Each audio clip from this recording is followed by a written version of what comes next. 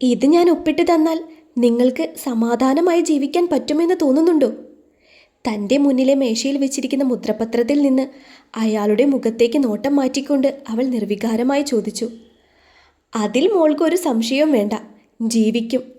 എന്നിൽ നിന്ന് എല്ലാം തട്ടിപ്പറിച്ചവൻ്റെ കുടുംബം മുഴുവൻ ഇല്ലാതാക്കിയതോർത്ത്, എൻ്റെ വസുന്ധരയെ ഓർത്ത് ഞാൻ ജീവിക്കും. കൂടുതൽ ആലോചിച്ച് സമയം കളയാതെ മോൾ ഒപ്പിടാൻ നോക്ക്. അവളുടെ ചോദ്യത്തിന് ഒട്ടും അമാന്തിക്കാതെ മോഹനൻ പുച്ഛത്തോടെ ഉത്തരം പറഞ്ഞുകൊണ്ട് കുറച്ച് അകലെയായി മാറി നിൽക്കുന്ന വിവേകിനെ കണ്ണുകൾ കൊണ്ട് അടുത്തേക്ക് വിളിച്ചു. ഞാൻ വീട്ടിലൊന്ന് വിളിച്ചിട്ട് വരാം. ആരെങ്കിലും അവിടെ വന്നോ എന്നറിയില്ലല്ലോ. കയ്യിലെ കെട്ടഴിച്ചത് കൊണ്ട് രക്ഷപ്പെടാതെ നോക്കിക്കോണം. അവളുടെ മുഖത്തേക്ക് തന്നെ നോക്കിക്കൊണ്ട് വിവേകിനോട് അത്രയും പറഞ്ഞുകൊണ്ട് അയാൾ കുറച്ചകലെയായി മാറി നിന്ന് ഫോൺ കയ്യിലേക്കെടുത്തു. രാവിലെ തന്നെ തമ്പുരാട്ടി എവിടെ കെട്ടിയെഴുന്നള്ളി പോവാ? പടികളിറങ്ങി പുറത്തേക്കിറങ്ങാൻ തുടങ്ങിയവളെ പുറകെ നിന്ന് വിളിച്ചുകൊണ്ട് ലളിത പറഞ്ഞു. എവിടെ പോണമെന്ന് നിങ്ങളോട് പറയണമെന്ന് നിർബന്ധമാണോ? അതെ, നിർബന്ധമാണ്. ഇത് എൻ്റെ വീടാ. ഇവിടെയുള്ളവർ വരുന്നതും പോകുന്നതുമൊക്കെ എനിക്കറിയണം. അച്ചുവിൻ്റെ വാക്കിലെ പരിഹാസം അറിഞ്ഞുകൊണ്ട് ലളിത ദേഷ്യത്തോടെ പറഞ്ഞു. പറഞ്ഞില്ലെങ്കിൽ നിങ്ങൾ എന്തു ചെയ്യും? കൈകൾ നെഞ്ചിൽ പിണച്ച് ലളിതയ്ക്ക് നേരെ തിരിഞ്ഞ് അച്ചു പുച്ഛത്തോടെ ചോദിച്ചു. പിന്നെ നീ ഇങ്ങോട്ട് തിരിച്ചു വരണമെന്നില്ല. ഈ പോകുന്ന വഴി നിന്റെ അമ്മയുടെ അടുത്തേക്ക് തന്നെ പോയിക്കോ. പോകാം, പക്ഷേ പോകുമ്പോൾ നിങ്ങളുടെ മോനും കാണും. നീ വിളിക്കുമ്പോൾ കൂടെ വരാൻ നിൽക്കുവല്ലേടി എൻ്റെ മോൻ. അവനെ വളർത്തിയത് ഞാനാ. എങ്കിൽ ഞാൻ പറയുന്നത് അനുസരിച്ച് എൻ്റെ കൂടെ അവൻ കാണും. അത് മനക്കോട്ട കെട്ടി എന്നെ പേടിപ്പിക്കാമെന്ന് നീ വിചാരിക്കേണ്ട. അച്ചു അത് പറഞ്ഞതും അത്രയും നേരം പിടിച്ചു നിർത്തിയ ദേഷ്യം പുറത്തേക്ക് വന്ന ലളിത അച്ചുവിന് നേരെ തിരിഞ്ഞുകൊണ്ട് പറഞ്ഞു. ആണോ സന്ദീപേ? ലളിത പറഞ്ഞു തീർന്നതും അലസമായി പടികളിറങ്ങി വരുന്നവനെ മുഖമുയർത്തി നോക്കി അച്ചു ചോദിച്ചു. എന്ത്? അവൾ ചോദിച്ചത് എന്താണെന്നോ അവിടെ നടന്ന ബഹളം എന്തിൻ്റെ പേരിലാണെന്നോ അറിയാതെ സന്ദീപ് സംശയത്തോടെ ചോദിച്ചു. ഞാൻ എൻ്റെ വീട്ടിൽ പോയി നിന്നാൽ നീ എൻ്റെ കൂടെ വരില്ലേ? അതെന്താ അച്ചു അങ്ങനെയൊരു ചോദ്യം? ഭാര്യ എവിടെയാണോ അവിടെയല്ലേ ഭർത്താവ് നിൽക്കേണ്ടേ? നീ എവിടെയാണെങ്കിലും ഞാൻ നിന്റെ കൂടെ കാണില്ലേ? ഈ ചോദ്യത്തിൻ്റെ ആവശ്യമുണ്ടോ? അച്ചു ചോദിച്ചത് കേട്ടതും ഒരു ചിരിയോടെ അവൾക്കടുത്തേക്ക് പോയി ചേർത്ത് പിടിച്ചുകൊണ്ട് സന്ദീപ് പറഞ്ഞു. നിങ്ങൾ വളർത്തിയതല്ലെന്ന് തോന്നുന്നു. നിങ്ങളുടെ കൂടെ നിൽക്കുന്നില്ലല്ലോ. സന്ദീപ് അത് പറഞ്ഞതും ഞെട്ടലോടെ വിളറി വെളുത്ത് നിൽക്കുന്ന ലളിതയോടായി പുച്ഛത്തോടെ പറഞ്ഞുകൊണ്ട് അച്ചു പുറത്തേക്കിറങ്ങി നടന്നിരുന്നു. കഴിക്കാൻ എടുത്തു വെക്കമ്മ.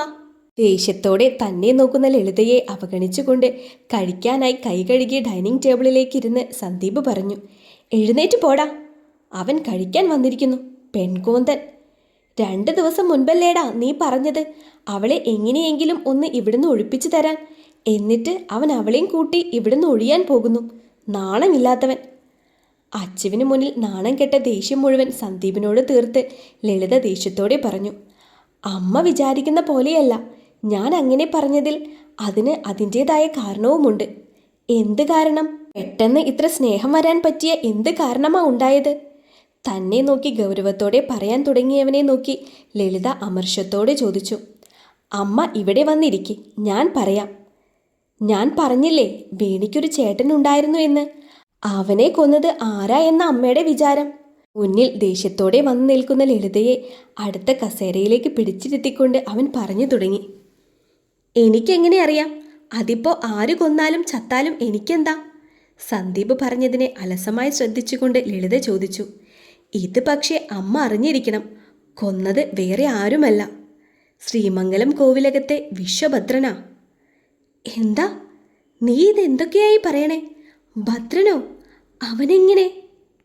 സന്ദീപ് പറഞ്ഞു കഴിഞ്ഞതും ഞെട്ടലോടെ മുഖമുയർത്തി അവനെ നോക്കിക്കൊണ്ട് ലളിത ചോദിച്ചു. ദാ നോക്ക്, ഇന്നലെ അച്ചു അയച്ച പത്രവാർത്തയാ. ബാംഗ്ലൂർ എഡിഷൻ. ഭദ്രൻ അവിടെ കോളേജിൽ പഠിക്കുന്ന സമയത്തെ. ഇവർ ഒന്നിച്ച് പഠിച്ചതാ അല്ലേ? എന്നിട്ട് നമ്മൾ ഇതൊന്നും അറിയാഞ്ഞതെന്താ? തൻ്റെ മുന്നിലേക്ക് നീട്ടിയ സന്ദീപിൻ്റെ ഫോണിലെ വാർത്തയിലേക്ക് സൂക്ഷിച്ചു നോക്കിക്കൊണ്ട് ലളിത സംശയത്തോടെ ചോദിച്ചു. നമ്മളെ ആരും ഒന്നും അറിയിച്ചില്ല. അമ്മയ്ക്ക് ഓർമ്മയില്ലേ വല്യച്ഛനൊക്കെ അന്ന് എന്തോ പ്രശ്നം പറഞ്ഞ് ബാംഗ്ലൂർ പോയത്? എന്നിട്ട് തിരിച്ചു വന്നത് ഭ്രാന്ത് പിടിച്ച ഭദ്രനെയും കൊണ്ടല്ലേ? ഭ്രാന്ത് വന്നതുകൊണ്ടും ഇവരുടെ പണം ഉപയോഗിച്ചും കേസ് തേച്ചു മാച്ച് കളഞ്ഞതാകും.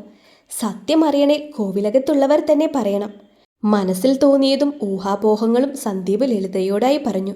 ശരിയാ, പക്ഷേ നീ ഇപ്പോൾ അവളോട് ആ അച്ചുവിനോട് കാണിക്കുന്ന സ്നേഹത്തിൻ്റെ കാരണം മനസ്സിലായില്ലല്ലോ. സന്ദീപ് പറഞ്ഞത് കേട്ട് പഴയത് ഓർത്തെടുത്തു കൊണ്ടിരുന്ന ലളിത പെട്ടെന്ന് ഓർമ്മ വന്ന പോലെ സന്ദീപിനോട് ചോദിച്ചു. വേണി നമ്മൾ കരുതുന്ന പോലെ ഒന്നുമില്ലാത്തവളല്ലമ്മ. കോടിക്കണക്കിന് സ്വത്തുക്കളാ അച്ഛൻ്റെയും അമ്മയുടെയും വിഹിതമായി അവളുടെ പേരിലുള്ളത്. അതറിഞ്ഞത് കൊണ്ടാ ഇടയ്ക്ക് ഞാൻ അവളെ എൻ്റേതാക്കാൻ നോക്കിയത്. അവളുടെ ചേട്ടൻ മരിച്ചത് ഭദ്രൻ കാരണമായെന്നറിഞ്ഞാൽ അവർ തല്ലിപ്പിരിയില്ലേ. അവൾ തിരിച്ച് ഈ അച്ചുവിൻ്റെ അമ്മയുടെ അടുത്ത് തന്നെ എത്തും. അപ്പോൾ അവളുടെ പേരിലുള്ളത് എഴുതി മേടിച്ചാൽ ഞാനും കോടീശ്വരനാവൂലേ. മനസ്സിൽ കണക്ക് കൂട്ടലുകൾ നടത്തിയവൻ ഏറെ സന്തോഷത്തോടെ ലളിതയോട് പറഞ്ഞു. ഇതൊക്കെ നടക്കുമോ മോനെ? സന്ദീപ് പറഞ്ഞത് കേട്ട് സന്തോഷം തോന്നിയെങ്കിലും ലളിത ആശങ്കയോടെ ചോദിച്ചു. നടക്കും. അമ്മ ആലോചിച്ചു നോക്കിക്കേ. അമ്മയ്ക്ക് ഇഷ്ടമുള്ളതെല്ലാം പൈസ നോക്കാതെ അച്ഛൻ്റെ അനുവാദമില്ലാതെ വാങ്ങിച്ചു കൂട്ടുന്നത്. സന്ദീപ് പറഞ്ഞു കഴിഞ്ഞതും അതെല്ലാം മനസ്സിൽ കണ്ടുകൊണ്ട് അവർ സന്തോഷത്തോടെ തലയാട്ടി സ്വപ്നം കണ്ടുകൊണ്ട് അടുക്കളയിലേക്ക് നടന്നിരുന്നു. ഫോൺ വിളിച്ചാൽ ഒന്നിനും എടുക്കാൻ വയ്യ. എന്തായി വിവേകെ, അവൾ ഒപ്പിട്ടോ? ഫോൺ ദേഷ്യത്തിൽ പോക്കറ്റിലേക്ക് വെച്ച് പിറുപിറുത്തു കൊണ്ടുവന്ന മോഹൻ തല താഴ്ത്തി ആലോചനയോടെ ഇരിക്കുന്നവളുടെ അടുത്തേക്ക് വന്നുകൊണ്ട് പുച്ഛത്തോടെ ചോദിച്ചു. ഇല്ല, അവൾക്ക് ഒപ്പിടാനൊരു മടി. ആ മടി മാറ്റാനാണോ പാട്? അതിപ്പോൾ മാറ്റാമല്ലോ. വിവേക് പറഞ്ഞു കഴിഞ്ഞതും അവളുടെ മുടി കൂട്ടിപ്പിടിച്ച് കവിളിൽ ശക്തമായി അടിച്ചുകൊണ്ട് മോഹൻ പറഞ്ഞു. അവളുടെ മുഖം നോവാൽ ചുങ്ങിപ്പോയതുകൊണ്ട് അയാൾ വീണ്ടും വീണ്ടും അവളുടെ കവിളിൽ ശക്തമായി അടിച്ചുകൊണ്ടിരുന്നു. അവസാനം ചുണ്ടിൽ നിന്നും ചോര വന്നതും അവൻ പതുക്കെ അവളിൽ നിന്നും അകന്നു മാറി മുന്നിലെ കസേരയിലേക്കിരുന്നു.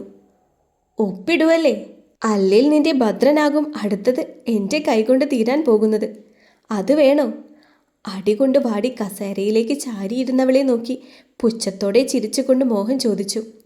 വേണ്ട, ഞാൻ ഒപ്പിടാം. അതുവരെ ഒപ്പിടില്ല എന്ന് ഉറച്ച തീരുമാനമെടുത്തവൾ ഭദ്രൻ്റെ പേര് അയാൾ പറയുന്നത് കേട്ടതും ഞെട്ടലോടെ മുഖമുയർത്തി നോക്കിക്കൊണ്ട് പറഞ്ഞു. മിടുക്കി, ഇതാദ്യമേ ചെയ്തിരുന്നേൽ ഈ മുഖമിങ്ങനെയാകുമായിരുന്നോ? കവിളുകൾ വിങ്ങി ചുവന്ന് കണ്ണീരോടെ ഒപ്പിടുന്നവളെ നോക്കി മോഹൻ ചിരിയോടെ ചോദിച്ചു. ദാ, ഒരു കുടുംബം മുഴുവൻ നശിപ്പിച്ചുകൊണ്ട് നിങ്ങൾ നേടിയെടുത്ത സ്വത്ത്. ഇതുകൊണ്ട് നിങ്ങൾ ഒരുപാട് നാൾ ജീവിക്കില്ല. ഇതൊരു ശാപമോ മുന്നറിയിപ്പോ ആയിട്ടെടുത്തോളൂ. കണ്ണിൽ നിന്നും മുതിർന്ന കണ്ണുനീർ അവളുടെ ഒപ്പിന് മുകളിലേക്ക് വീണത് അവഗണിച്ചു കൊണ്ടവൾ അവസാന ഒപ്പുമിട്ട് മോഹൻ്റെ നേരെ ആ പേപ്പർ നീട്ടിക്കൊണ്ട് പറഞ്ഞു.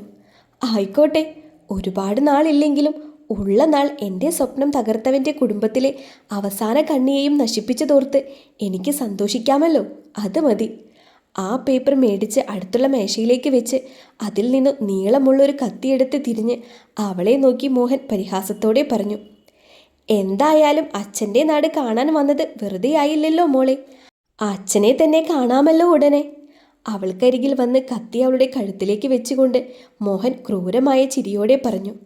കഴുത്തിൽ അമരുന്ന കത്തിയിൽ കണ്ണുകൾ ഇറുക്കിപ്പൂട്ടി ഉമിനീര് പോലും ഇറക്കാതെ അവൾ മരണം മുന്നിൽ കണ്ട നിമിഷം അന്നേരവും ഭദ്രൻ്റെ മുഖം അത്രയും തെളിവോടെ അവളുടെ അകക്കണ്ണിൽ അവൾ കണ്ടുകൊണ്ടിരുന്നു. അടുത്ത ജന്മം ഒന്നാകണമേ എന്ന പ്രാർത്ഥനയോടെ. വിവേകെ, നീ തീർത്തേരെ. ഒന്നുമില്ലേലും എനിക്ക് ജനിക്കാതെ പോയ മകളല്ലേ. എൻ്റെ കൈ കൊണ്ട് എങ്ങനെ? കത്തി അവളുടെ കഴുത്തിൽ നിന്നെടുത്ത് വിവേകിന് നേരെ നീട്ടിക്കൊണ്ട് മോഹൻ ചിരിയോടെ പറഞ്ഞു. മോഹൻ്റെ കയ്യിൽ നിന്നും വിവേക് കത്തി മേടിക്കുന്ന ആ നിമിഷത്തേക്ക് തുറന്ന കണ്ണുകൾ വീണ്ടും പൂട്ടിയതും അത്രയും ശക്തമായി എന്തോ നിലത്തേക്ക് പതിക്കുന്ന ശബ്ദം കേട്ടുകൊണ്ട് അവൾ കണ്ണുകൾ വെട്ടി തുറന്നു. ഭദ്രേട്ടാ! മുന്നിൽ അടർന്ന് നിലത്തേക്ക് വീണ വാതിലിന് മുകളിൽ ദേഷ്യം കൊണ്ട് വിറച്ചു നിൽക്കുന്ന ഭദ്രനെ കണ്ടതും സ്വന്തം കണ്ണുകളെ വിശ്വസിക്കാനാവാതെ അവൾ കണ്ണുകൾ അവനിൽ തന്നെ പതിപ്പിച്ചു വെച്ചു. ആഹാ, ഭാര്യയോടുള്ള സ്നേഹം കണ്ടോ വിവേകെ? ഭാര്യയ്ക്കൊപ്പം പോകാൻ അവനും തയ്യാറായി വന്നിരിക്കുക. അതിനെന്താ, ഞങ്ങൾ റെഡിയാ.